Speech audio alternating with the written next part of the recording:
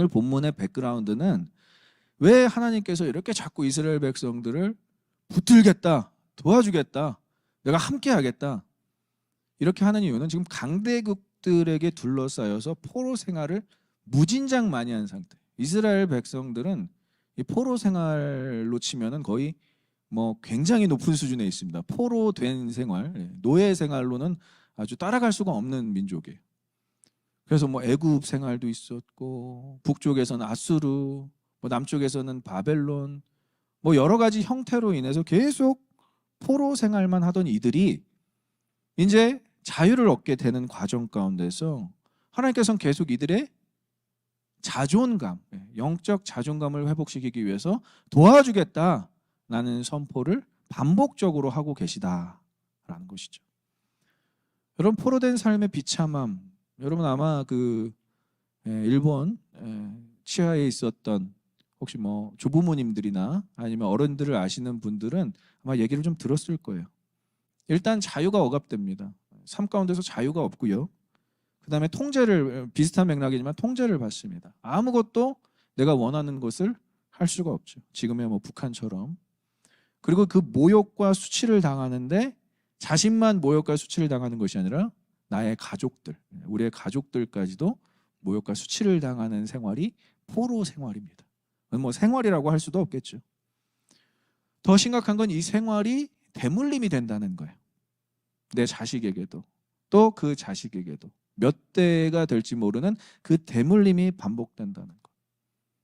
그리고 역사는 이미 잊어버린 채 살아야 되고, 왜곡이 되고 단절된 상태, 역사가 단절되고 왜곡된 상태에서 우리의 삶이 그냥 유지만 되고 있는 것이 포로 생활입니다.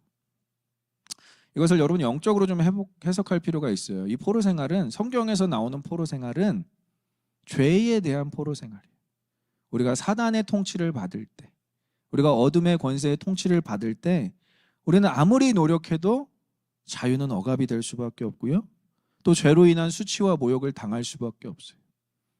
그리고 좀 참 위험한 표현이지만 이게 죄가 대물림이 될 수가 있어요. 자녀에게도, 내가 사랑하는 사람에게도 이 죄의 통제가 전가될 수가 있다라는 거. 그래서 참 많은 심리학자들이나 이런 사람들이 상담을 할 때 보면 이 죄가 전가된 경우가 많다고 해요. 그래서 이걸 끊어내야 되는 부분이 너무나 많죠. 그래서 오늘날 우리 성도들은 이 포로 생활, 이 구약에 나오는 이스라엘의 포로 생활을 어떻게 해봐야 될 것이냐, 사단의 통치 아래에 있는 억압된 백성들, 결국 하나님의 통치를 떠나 하나님의 다스림을 떠난 백성들이 어떻게 비참하게 살아갈 수밖에 없는가라는 내용이 구약에 제시되고 있는 거예요. 그래서 여러분들이 성경을 봤을 때 놀라지 않았으면 좋겠어요. 이게 우리의 모습이 될 수도 있겠구나, 하나님의 통치를 떠나면. 그러나 하나님께서는 계속 백성들을 모으시고 부르세요. 그리고 회복시키시는 모습으로 나타나요. 왜? 자신의 통치가 이루어지는 곳이 하나님 나라, 샬롬, 새 이스라엘, 이런 것들로 계속 이미지화돼서 우리에게 소개되고 있다는 것이죠. 그래서 여러분 성경을 볼 때 그것을 반드시 기억하셔야 돼요. 땅, 주권, 백성, 이게 하나님 나라입니다. 한 나라가 형성되기 위해서는 땅이 필요하고요. 이거 국민학교 때 다 국민학교라면 안 되지. 초등학교 때 다 배웠던, 엘레멘터리 스쿨에서 배웠던 거죠. 컨트리가 형성되려면 뭐가 필요하죠? 땅이 필요하고요. 국민이 필요하고요. 그죠? 사람이 필요하고 주권이 필요해요. 그 세 가지를 주시겠다고 하셔서 하나님께서 가나안 땅으로 입성시켰는데 그들은 땅을 빼앗기고요. 또 국민됨을 잃고요. 주권까지 빼앗기는 거예요. 그래서 그 사단의 통치가 이루어지는 그 포로된 생활 가운데서는 더 이상 소망이 없게 되는 것입니다. 그러니까 이러한 상황에서 백성들이 할 수 있는 건 뭐죠? 도와달라고 외치는 거예요. 도와달라고. 도움이 필요하지도 않은 사람들에게 하나님께서 이렇게 강권적으로 도와주겠다고 막 설레발 치시고 오지랖 떠시는 게 아니라, 거룩한 하나님께서는 이 백성들을 반드시 거룩하게 만들어내겠다 하는 의지적 결단으로 계속 선포하시는 거예요. 도와주겠다, 붙들겠다. 이게 정말 필요 없는 사람이 있을까요? 이스라엘 백성들 가운데 하나님 그만 좀 하세요, 시끄러워, 이렇게 말할 수 있는 사람이 있을까요? 너무 간절한 거예요. 도와주세요. 제발 이 사망의 권세 가운데서 나를 자유케 하여 주시옵소서. 그래서 우리가 도움받을 수 있는 상태는요, 우리가 먼저 간절해야 돼요. 주님 도와주세요. 제가 한 원로 목사님하고 이렇게 대화를 할 기회가 있었는데 그 목사님은 그러더라고요. 성도들은 반드시 어려워야 기도한대요. 삶이 어려워야 기도한다는 거예요. 살만하면 절대 하나님을 찾지 않는다는 것이죠. 오늘 하나님께서 이렇게 41장 가운데서 약속으로 계속 선포하시고 도와주시겠다고 이야기하시는 이유는 이스라엘 백성들의 상태를 아시고 이스라엘 백성들의 그 노예의 어려움과 피폐한 삶을 아시기에 하나님께서 찾아오시는 것이죠. 그러나 중요한 것은 백성들도 찾아가야 된다는 거예요. 여러분들도 하나님을 찾아가시길 소망합니다. 저는 그래서 금요 기도회에 온 성도분들이 너무 반가워요. 너무 반갑습니다. 첫 번째, 왜 반가울까요? 교회에 이렇게 빈자리를 채워줘서? 아니에요. 아, 나만 힘든 게 아니구나. 아, 나만 힘든 게 아니라 우리 성도분들도 힘들구나를 발견할 수 있어서 너무 반갑고요. 두 번째는 아, 나만 하나님 찾는 게 아니구나. 우리 성도분들도 하나님께 간절히 기도할 무언가가 있구나. 그 같은 기도 제목이 아닐지라도 비슷한 간절함이 있다는 게 너무 반가워요. 여러분 기도하시기를 소망합니다. 우리에게 기도하겠다라는 것은 그만큼 간절함이 있다는 거예요. 그걸 제가 정죄하고 뭐 나오십시오 안 나오면 반가워하지 않겠습니다 이 얘기가 아니라 하나님은 오늘도 여러분들을 찾으십니다. 믿으십니까? 그 전에 우리도 하나님을 찾아가자고요. 하나님, 저 이러한 문제가 있어요. 해결되지 않으면 제가 단 하루도 살아갈 수가 없어요. 적어도 도와달라는 사람이 이 정도는 돼야 되지 않겠습니까? 하나님 뭐 도와주든지 말든지 저는 하나님 없이도 살 수 있어요. 이런 사람은 어떻게 도와줄 수 있겠냐는 거예요. 그래서 오늘 왜 하나님께서 도와주시는가 그 이유를 좀 같이 나눠야 될 것 같아요. 우리가 이 말씀을 보면서 그냥 마냥 아 하나님 나 도와주셔 아무것도 하지 않아도 막 나를 붙들어 주셔 이렇게만 우리가 볼 게 아니라 왜 하나님이 우리를 도와주시는가. 그래서 제목을 이렇게 잡아봤습니다. 따라해볼까요? 하나님의 도우심의 이유. 예, 도우심의 이유. 첫 번째는 빨리 띄워주셔서 고마워요. 첫 번째 도우심의 이유는 두려움 때문에 그렇습니다. 두려움 때문에. 우리의 두려움 때문에. 10절을 보니까 하나님께서 이렇게 선포하십니다. 함께 읽어보겠습니다. 두려워하지 말라 내가 너와 함께함이라. 놀라지 말라 나는 내 하나님이 됨이라. 여러분 이 두려움이라는 것은 오늘날 형태로 물론 이 시대마다 그 두려워하는 것은 다 다르게 발현이 되었습니다. 하지만 대부분 일반적으로 보편적으로는 미래에 대한 두려움이 있고요. 또 미래의 불확실성에 대한 두려움이 내재되어 있어요. 그리고 더 나아가 사후세계, 여러분들이 과연 죽어서 천국, 흔히 이야기하는 우리 천국의 영원한 하나님 나라에 들어갈 수 있을까? 물론 그런 분이 없기를 바라겠지만 그런 사후세계 관련된 두려움이 인간에게는 내재되어 있다는 것이죠. 그런데 죄로 인해 사단이 통치하는 삶 속에서 여러분 두려움은 일반적인 요소입니다. 당연히 갖고 있어야 될 수밖에 없는 거예요.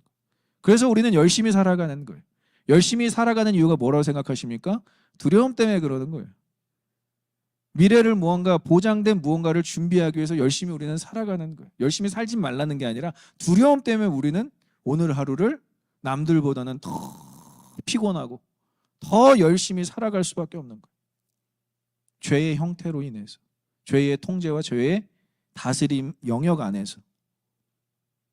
그래서 최초 살인자 가인이 자신의 동생 아벨을 죽이고 그 영역, 자신의 땅에서 떠나서 하나님이 허락해 주시는 땅에서만 살지만 가인은 바로 즉각 생각해요. 아, 나를 보호해야 되겠다. 그래서 가인이 열심히 만든 게 자신의 성, 에녹성을 짓습니다. 그 성 안에서는 다양한 문명의 발달을 이룬 별의 별 사람들이 이제 출몰하게 돼요. 그러니까 문명의 시작은 결국 죄의 시작이었다. 죄의 통제를 받고 있는 사람들이 이 땅에서 어떻게든 자신을 지키기 위해서 최선을 살았던 것이 문명의 시작이었다라는 것을 성경에서 고발하고 있는 거예요. 여러분 열심히 사시길 소망합니다. 그러나 죄 안에서, 죄의 통제 안에서 열심히 사는 게 아니라 하나님 안에서 열심히 사시는 거예요. 그래서 하나님께서 이 포로 생활이 길었던 이스라엘 백성들에게 딱 왔을 때 참 하나님께는 미안한 표현이지만 백성들은 두려웠어요. 놀랐어요. 여러분 이것이 잘못된 반응이 아닌 거예요. 죄인이 하나님을 경험하면, 하나님의 임재를 딱 경험했을 때 갖게 되는 두 가지의 반응이 있습니다. 만약에 정말 하나님을 기다렸다면, 정말 하나님을 간절히 찾았다면 반가웠겠죠. 그리고 그 임재 안으로 들어간 담대함이 있었겠죠. 그러나 정말 생각지도 못할 때 하나님의 임재가, 하나님의 거룩함이 우리를 찾아왔다면, 우리가 죄인임을 인식한다면 당연히 두렵고 당연히 놀랄 수밖에 없는 거예요. 그래서 하나님께서 두려워 말라, 놀라지 말라, 이 의미는 나를 두려워하지 말라는 게 아니에요. 하나님은 두려움의 대상입니다. 그러나 이제 우리가 나아갈 방향, 우리가 나아갈 삶의 방향은 더 이상 두려움과 놀람이 아니라 하나님과의 동행이 될 수 있다는 거예요. 그래서 성도의 두려움의 대상은 세상이 되면 안 됩니다. 성도의 두려움의 대상은 하나님이 되셔야 합니다. 이것을 우리는 두려움이라고 이야기하지 않아요. 따라해볼까요?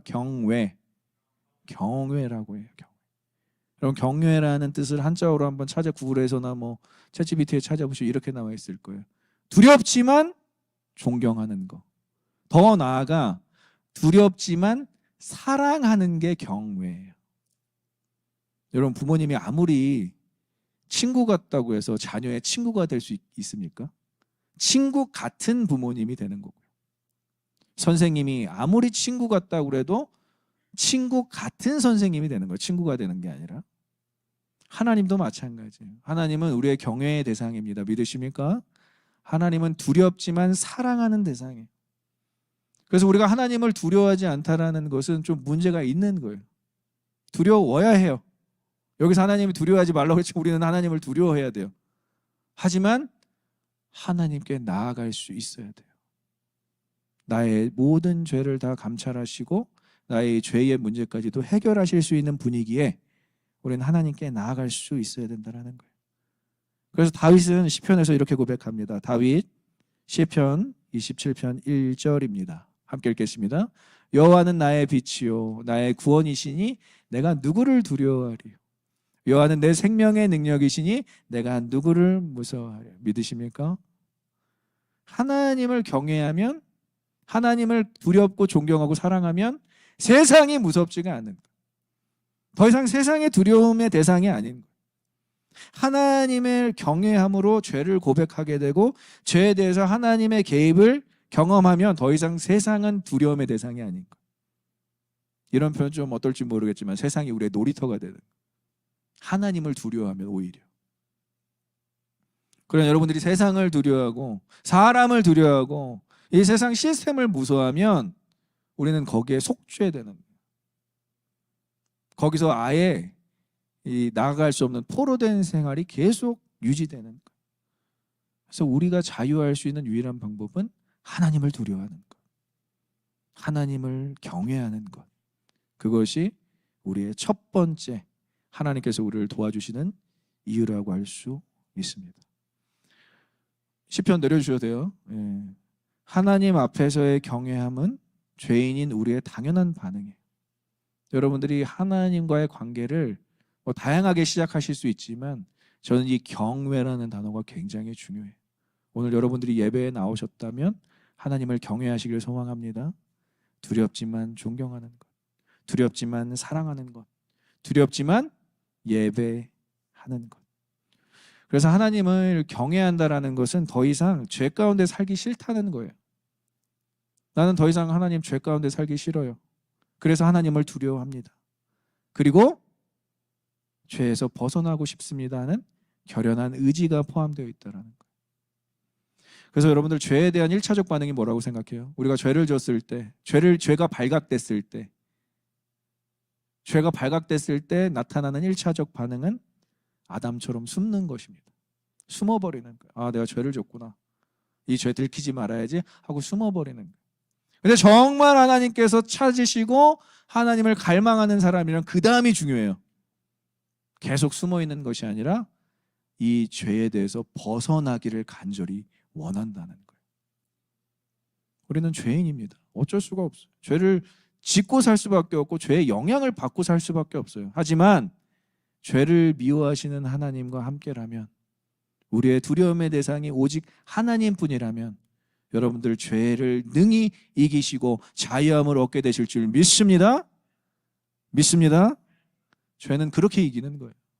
이겨야지가 아니라 진짜 하나님을 두려워하세요. 하나님은 나의 죄를 다 아시고 그러나 나를 정죄하실 분이시 아니라 이 죄에서 나를, 사망의 몸에서 나를 건지시는 분, 도와주시는 분. 아까 우리 찬양했잖아요. 거친 파도 날 향해 와도 주님과 함께 날아오르리. 매 순간 우리는 하나님의 도우심을 경험할 수 있다는 거예요. 두 번째 도움의 이유 따라보겠습니다. 친밀한 관계 때문에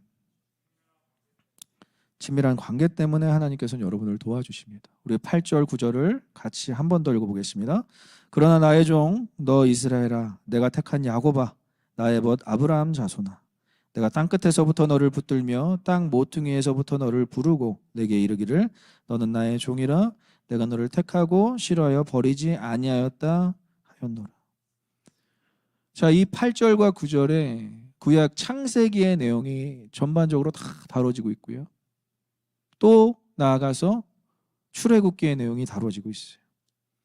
하나님께서 자신의 백성을 불러 모으는 과정이 창세기 12장부터 시작이 됩니다. 아브라함을 택하셨고요. 그 다음에 야곱과 이삭을 통해서 그의 민족이 확장됐어요. 그리고 물론 애굽에서 그들은 종 노릇하며 살았지만 어마어마한 민족을 이루어서 그들은 한 국가의 민족이 될 수 있을 만큼 수요가 가득 찼습니다. 그래서 하나님은 그들을 그냥 백성으로 택하셨어요. 우리가 8절과 9절에서 볼 수 있는 것은 하나님의 부르심에는 후회하심이 없다라는 거예요. 아브라함을 부르시고 한 번도 후회하신 적이 없으셨다는 거예요. 이스라엘 백성들을 부르시고 한 번도 후회하심이 없었다는 것. 물론 그들이 죄를 지었을 때는 엄청난 실망을 하셨지만 그들을 포기하지 않으셨고 그들을 버리지 않으셨다라는 것이 오늘 약속을 통해서 다시 한번 우리에게 소개되어지고 있어요. 여러분, 이것을 뭐라고 합니까? 하나님의 신실하심이에요. 여러분, 이렇게 생각하시면 돼요. 하나님의 신실하심은 자신의 백성에 대한 신실하심도 있지만 우리와 맺은 약속에 대한 신실하심이 성경에서 계속 소개되어지고 있는 거예요. 하나님은 우리와 맺은 약속에 신실하십니다. 그래서 아까 우리 결단 내용에 대해서 조금 나눴지만 여러분, 결단은요 하나님과 맺은 약속이에요. 그래서 그냥 결단을 하시면 안 돼요. 지킬 수 있는 것, 정말 지킬 수 있는 것을 결단하시길 소망합니다. 지킬 수 있는 것을 여러분들은 신실하시면요, 하나님께서 신실하신 분이시기 때문에, 원래 신실하신 분이기 때문에 여러분들의 결단에 함께 하신다라는 것, 그 약속 가운데 함께 하신다라는 거예요. 그래서 저는 이 관계가 너무 좋아요. 하나님과의 관계가 어떠한 관계냐? 하나님은 돕는 분이시고 우리는 도움을 받는 입장이고, 우리가 하나님을 도와드리는 게 아닙니다, 여러분. 그것은 제가 몇 주간 고대 언약의 3요소로 계속 설명을 해드리고 있는 거예요. 고대 언약은요 무조건 3요소, 지금까지도 우리에게 적용되는 것: 관계, 선물, 조건. 하나님은 우리와 관계를 맺으셨어요. 내가 너의 아버지가 되어주실게. 아브라함을 부르시고 택하셔서 그의 아버지 되시겠다고 약속해 주신 거예요. 지난주에 우리 살펴봤죠? 고대의 아버지의 의미, 지도력, 경제력, 전투력. 그 고대 언약에서 하나님께서 관계를 맺으셨다는 것은 너무나 실로 놀라운 일입니다. 우리의 아버지 되어주셨구나. 선물을 주셨어요. 땅을 주셨어요. 여러분, 땅 없이 살아갈 수 있나요? 구약시대에는 이 땅이 우리의 삶을 누리는 유일한 현장, 하나님 나라를, 하나님의 통치를 받는 영역을 의미합니다. 선물을 받았고요. 조건은 딱 하나, 하나님의 말씀을 지켜 좌로나 우로나 치우치지 않는 삶, 우상 숭배하지 않는 삶, 하나님만을 의지하는 삶. 그러니까 얼마나 좋은 관계예요. 하나님과의 좋은 관계를 원하신다면 여러분 이 세 가지를 기억하시면 돼요. 하나님의 약속. 하나님께서 우리에게 무엇을 약속하셨는가. 그래서 하나님은 여러분들에게 약속에 대해서 신실하십니다. 그래서 하나님은 여러분들을 도와주실 때 주체성을 가지세요. 여러분들이 도움을 원치 않든 도움을 원하든 주체성을 가지고 도와주신다. 왜? 하나님은 약속에 신실하시기 때문에 그래요. 우리와 관계가 없다면 그분은 우리를 도와주실 이유가 전혀 없다는 것이죠. 그럼 여러분들의 역할은 무엇일까요? 여러분들의 역할. 우리 예물 드릴 때 찬양하잖아요. 뭐죠? 자녀. 하나님의 자녀가 여러분들의 역할입니다. 위치 선정이 정확해야 된다는 거. 내가 하나님을 도와드리겠다 이런 게 아니라 우리는 자녀예요. 자녀. 도움을 받는 자녀라는 거. 여러분 이 정확한 위치 선정만 해도 하나님의 도우심을 경험할 수 있다는 거예요. 여러분 도움을 받으시길 원하십니까? 도움을 받을 수 있는 자리에 있으시기를 소망하고 축복합니다. 자녀는 도움을 받을 수 있는 자격이 있는 거예요. 하나님 도움 안 받을래요. 집 나가버리면 이제부터는 안 되는 거고. 하나님 도움 필요합니다. 나 하나님 도움 없으면 살 수 없어요. 라는 그 위치 선정이 적당할 때, 정확할 때 우리는 하나님의 도움을 받을 수가 있어요. 제가 우리 성도분들하고 이렇게 교제를 하면서 참 간절할 때 있잖아요. 언제 참 하나님이 도와주셨다고 많이 느끼냐라고 이제 물어봤을 때 대부분의 분들이 그 대학 입학 전에 여기 이제 미주에 계셨던 분들은 SAT랑 ACT 이런 시험들 보면서 이렇게 대학 입학 전에 그때 참 하나님의 도우심을 많이 구했대요. 저도 마찬가지입니다. 저 진짜 뭐 100일 기도하면서 조금 약간 그 샤머니즘 요소가 있어서 좀 그런데 그래도 하나님의 도우심을 막 구했던 것 같아요. 또 언제냐고 물어보면은 취업 준비할 때, 정말 그 취업 준비할 때만큼 그렇게 간절했대. 근데 지금은 내 힘대로, 내 뜻대로, 내 생각대로, 내 계획대로 살아보겠다고 아락바락 한다면 그때 도움을 받은 그 경험이 유지될 수 있을까요?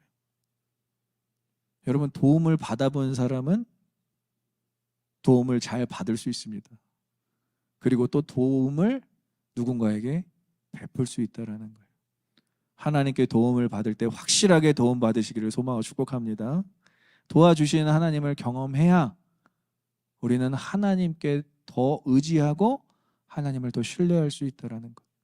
그러나 중요한 것은 우리의 위치 선정.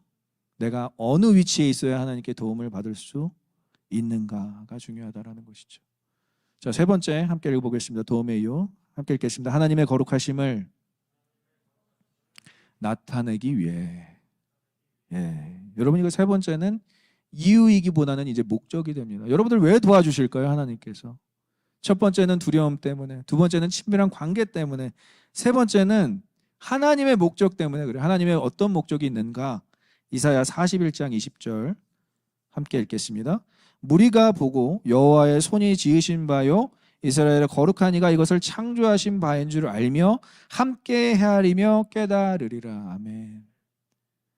여기서 나오는 무리는 이스라엘 백성들이 아니에요. 이제 우리가 읽었던 본문 이후에 뭐가 나오냐면 새 창조가 나옵니다. 다시 하나님께서 이스라엘 백성들을 거룩해 하시는 그 과정들이 소개되고 있어요. 그 모든 과정들을 다 소개한 후에 20절을 딱 소개하는 거예요. 무리가 보고 여호와의 손이 지으셨구나. 이스라엘의 거룩한 이가 이것을 창조하셨구나. 함께 헤아리며 깨달으라. 누가? 여러분들의 주변 사람들이. 세상이 저 친구 진짜 소망이 없고 정말 밥 벌어먹고 살 수 있나라고 생각했는데 하나님의 도우심을 보고 함께 깨닫는 거예요. 하나님이 함께 하시네. 아브라함이 그런 삶을 살았던 겁니다. 아브라함이 타국에서 막 자신의 아내 사라를 누이라고 팔아 넘기고 이랬는데도 불구하고 아비멜렉이라는 사람이 내가 너와 하나님께서 함께 하심이 내가 느끼겠다라는 것을 고백합니다. 창세기에서. 여러분, 세상이 이렇게 우리에게 누구를 인정하는 거예요? 하나님을 인정하게 되는 거예요. 언제? 하나님께서 우리를 도와주실 때. 그래서 하나님께서 우리를 도와주시는 목적은 분명해요. 하나님의 거룩하심을 나타내기 위해서. 그러면 하나님의 거룩이라는 속성은 너무나 중요합니다. 최근에 이제 고인이 되신 존 메가더 목사님께서 예배라는 책에서 하나님의 거룩하심을 3가지로 표현했어요. 하나님의 독립성, 하나님의 특별함, 하나님의 무한한 완벽함. 이런 것들은 적어주셔도 좋아요. 하나님의 거룩은 무엇인가? 하나님의 독립성, 하나님의 특별함, 하나님의 무한한 완벽함. 그러니까 이 거룩하심을 우리가 어떻게 드러내며 살 수 있겠냐는 거예요. 이 죄인이. 하나님은 하나님으로서 드러나셔야 되는데, 하나님은 하나님으로서 드러나실 때 누구를 사용하신다? 우리를 도우심으로 사용하신다라는 거예요. 우리를 도우심으로 그분의 거룩함을 나타내신다라는 거예요. 그래서 우리가 하나님을 찬양할 때 여러 가지로 찬양할 수 있지만, 하나님을 본질적으로 찬양할 때, 그분의 본성을 찬양할 때 제일 많이 사용됐던 형용사가 거룩하다. 계시록 4장 8절과 이사야서 6장 1절에 하나님을 찬양하는 천사들이 등장해요. 이사야와 이제 사도 요한이 본 환상이겠죠. 그 천사들이 유일하게 고백하는 것, 하나님은 무소부재하시다, 하나님은 전지전능하시다, 이런 것들을 고백하는 게 하나님의 유일한 특성, 하나님의 유일한 본질, 성품의 본질을 찬양합니다. 따라해볼까요? 거룩하다, 거룩하다, 거룩하다. 이게 하나님의 성품의 본질이에요. 그래서 하나님께서 우리를 도우실 때는 다 계획이 있으세요, 여러분. 하나님은 다 계획이 있으시구나. 왜? 하나님의 거룩함을 나타내시기 위해서. 우리한테만? 아니요. 세상의 만방에 하나님의 거룩하심을 드러내기 위해서. 그래서 여러분, 거룩한 도움의 손길의 대상자만, 우리만 그 거룩함을 경험하는 것이 아니라 주변이 다 경험할 수 있다는, 여러분, 이게 전도라는 거예요. 다른 게 전도가 아니라. 그래서 여러분들이 도움을 많이 받으면 받을수록 누가 영광을 받으시고 누가 거룩함이 나타나신다? 하나님이 거룩하시고 하나님이 영광을 나타내신다. 그래서 여러분들이 도움을 많이 받으셔야겠어요? 아니어야 되겠어요? 도움 많이 받으시기를 소망하고 축복합니다. 하나님의 도움 받으시면 우리에게도 좋지만 하나님에게도 좋다는 거예요. 그럼 철저하게 도움을 받을 수 있는 자리로 내려가야죠. 계속 도움 안 받겠다고 바락바락 하는 그 성도에게 하나님께서 어떻게 도움을 주실 수 있겠어요? 오늘 우리가 읽었던 이 이사야서 41장 10절의 말씀을 너무나 좋아하지만, 너무나 좋아요, 여러분. 이 말씀 너무나 다 좋아하죠. 두려워하지 말라, 내가 너와 함께하면, 너무나 좋아하죠. 그러나 정작 도움을 받아야 될 때 하나님을 찾지 않는다는 것이 우리의 심각하고 고질적인 문제라는 거예요. 그래서 저는 신앙생활을 하는데 이 도움을 못 받는 분들이 너무나 안타까워요. 인간적으로 해볼 수 있는 거 다 해봐요. 인간관계 사용하고, 자원 사용하고, 심지어 어떤 성도는 저한테 와서 문제가 있을 때 저한테 그런 얘기를 하더라고요. 정말 교만한 성도였던 것 같아요. 저희 지금 교회 말고 제가 예전에 사역할 때, 목사님, 세상에서 가장 쉬운 방법이 뭔지 아십니까? 돈으로 해결하는 거예요. 이러시더라고요. 성도가. 제가 그분의 멱살을 한번 잡아볼까 생각했다가, 저도 이제 그때는 부교육자 시절이었기 때문에, 어떻게 성도에 비해서 그런 고백이 나올 수가 있죠? 돈으로 해결하는 게 가장 쉽다. 바뀌어야 된다는 거, 우리의 패러다임이. 여러분, 돈으로 해결하는 게 가장 쉬운 일입니까? 하나님께서 해결하시는 것이 가장 쉬운 방법인 줄 믿습니다. 돈으로 해결되는 것, 돈으로 나중에 결과가 잘못돼서 돌아올 수 있는 확률이 너무나 높다라는 거예요. 그리고 그게 우리의 습관이 되면 여러분 어떻게 됩니까? 자본주의, 물질 만능주의에 빠져서 허덕이면서 인간관계 다 잃고, 신앙 다 잃고, 돈이면 다다라는 잘못된 맘모니즘으로 인해서 삶과 신앙생활과 우리의 인생 자체가 피폐해질 수 있다는 거예요. 저도 이걸 철저하게 회개해요. 이 땅을 살아가고 있기 때문에. 제 스스로의 만모니즘이 조금이라도 발견될 때, 자본주의의 이 산물이 조금이라도 느껴질 때 저는 회개할 수밖에 없어요. 하나님의 방법 구하지 않았습니다. 죄송합니다. 하나님. 하나님의 도우심만 구하겠습니다. 채워주시겠지. 막연한 믿음이 아니라 약속에 대한 신실함 때문에. 충만아, 내가 너한테 약속했잖아. 내가 널 버리겠니? 이 응답이 들리지가 않는다니까요. 내가 다른 거 붙잡고 있으면. 여러분, 진짜 도움을 받는 자리에 가셔야 하나님의 도우심을 경험할 수가 있어요. 그것이 하나님의 거룩함을 나타내기도 합니다. 그래서 자신의 백성들을 통해서 땅과 모든 피조물이 거룩하게 회복되는 결과로 모든 백성들이, 무리들이, 믿지 않는 자들이, 이방인들이 하나님을 인정하고 찬양하게 되는 놀라운 결과가 오늘 이사야서 41장 본문은 아니지만 20절에 나타나고 있다는 거예요. 하나님의 백성으로 산다는 것, 하나님의 자녀로 산다는 것은 절대적으로 그분만을 바라고 그분의 도움만을 받기를 원하는 삶이며, 그것을 누리고 더 나아가 자신이 도움받은 것을 증거하고 나타내는 거예요. 여러분, 도움 많이 받으셔야 되겠습니까? 안 받으셔야 되겠습니까? 하나님의 도우심을 많이 받으시기를 소망하고 축복합니다. 그리고 그 도우심을 나타내세요. 내가 잘했습니다, 이렇게 얘기하는 성도들이 없기를 바라고, 하나님이 하셨습니다. God did it. 어떻게?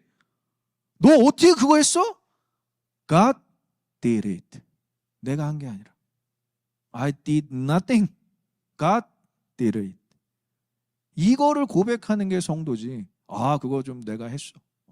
아, 돈 많은 형님이 좀 도와줬어. 아, 뭐 이런 거 뭐 내가 그냥 뭐 내가 하던 대로 하니까 되대. 여러분, 이렇게 되면 하나님이 도우실 수가 없어요. 그리고 우리의 삶이 하나님의 거룩하심에 반응할 수도 없어요. 그래서 여러분들에게 도전합니다. 도움을 받기를 원하지 않는다. 아, 아직 모르겠나. 목사님 이렇게까지 흥분을 하고 소리를 쳐도 난 모르겠는데 라고 하시면, 여러분, 어떤 게 문제냐면 아직 하나님의 도우심에 간절하지 않다라는 거예요. 아직 살만하다는 거예요. 아직 살만하구나. 그러나 솔직해 보자고요. 우리 다 살만하십니까? 아멘 하면 이제 안 되죠, 여기서. 여러분, 살만하십니까?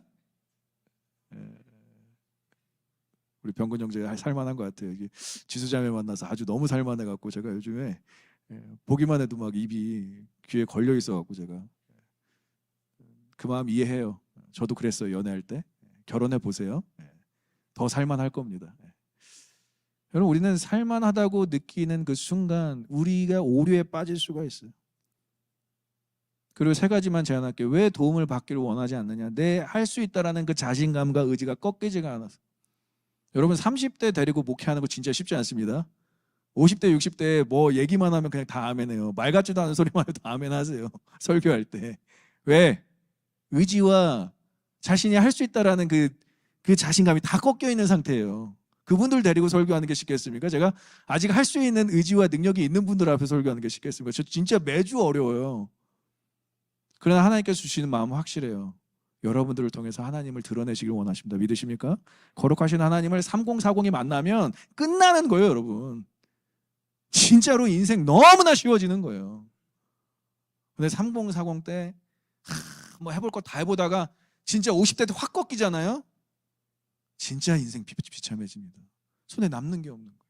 물론 그래서 하나님을 더 간절하게 만나면 좋긴 하겠지만, 너무 인생 허무해진 그 상태에서 찾아온 하나님, 진작 좀 3040 때 하나님 좀 의지할 걸. 이렇게 된다라는 거예요. 두 번째는 하나님의 도움에 확신이 없는 거예요. 경험 부족이. 뭘 도우셨는데도 이게 도와준 건지. 영적 침해. 분명히 도와주셨어요. 대입 때 분명히 도와주셨다니까요. 대학 입학 때.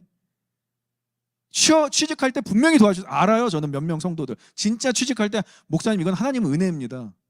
근데 지금은 그런 고백이 안 나와요. 승진을 해도, 뭐 조금 잘 돼도 내가 잘한 거지. 왜 간절할 때는 그런 것들을 고백하는데 왜 별로 안 간절할 때는 그런 고백이 안 나올까요? 도우심의 경험이 이제 희미해지는 거예요. 그 경험과 기억이 너무 희미해지는 거예요. 다시 여러분들의 자리로 돌아오세요.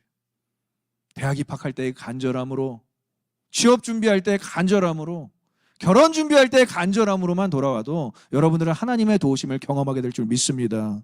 그 간절함이 떨어진다는 것은 우리의 영적 심각한 지금 문제라는 것이죠.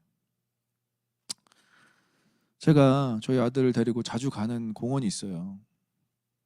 내과가 있는 공원인데 자꾸 우리 아들이 이제 조금 뭐 여러 가지를 막 보니까 이걸 어디서 봤는지 나뭇가지를 이렇게 꺾어서 낚시를 하는 포즈를 취합니다. 나뭇가지를 꺾어서 이렇게 낚시를 하니까 위험하잖아요. 아이가 떨어질 수 있으니까. 그래서 제가 잡아주려고 손을 딱 잡으려고 하는데 애가 손을 탁 치더라고요. 그때 저의 감정은 이루 말할 수가 없더라고요. 이 배신감? 약간의 좀 뭐랄까요? 이제 다 컸다고 이제 내 손을 쳐 감히? 정말 제가 마음 그랬을까요? 걱정이 되는 거예요. 그래서 제가 뒤로 떨어져서 그래 뭐 떨어지든 말든 네 옷이 좋지 내 옷이 좋겠냐 이런 마음을 품었던 저희 아버지가 아니겠죠. 바로 한 발짝 뒤에 서서 아이가 낚시 놀이를 할 수 있도록 지켜봤어요. 아이가 이렇게 낚시 놀이를 계속 하면서 저를 잠깐 힐끗 쳐다보더니 딱 한마디를 하는 거예요. 뭐라고 얘기했냐면, 아빠, 나 떨어지면 잡아줄 거지? 그래서 제가 그 말에 위로를 받았어요. 손을 잡을 때는 탁 뿌리치더니 떨어지면 아빠가 반드시 나를 잡아서 들어 올린다라는 확신이 이 아이가 있는 거예요. 여러분, 이게 우리와 하나님과의 관계랑 똑같은 거예요. 별일 아닌 거, 정말 뭐 하나님 뭐 이 정도까지 뭐 도와주실 거예요? 도와주든지 말든지 이렇게 손 뿌리칠 때가 있잖아요.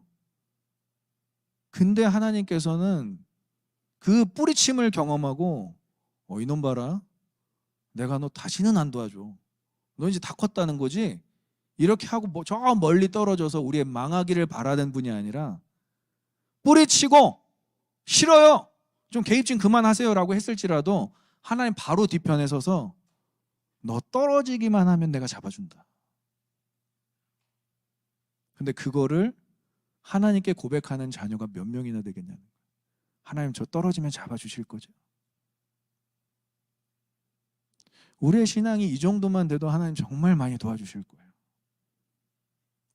떨어져도 소리 한 번 못 내고, 떨어져도 아픈지도 모르고, 내과에 떨어져서 옷이 다 젖었는데도 젖은지도 모르는 그 상태로 가지 않기를 소망하면서 여러분들이 이렇게 고백했으면 좋겠어요. 하나님, 저 떨어지면 잡아주실 거죠.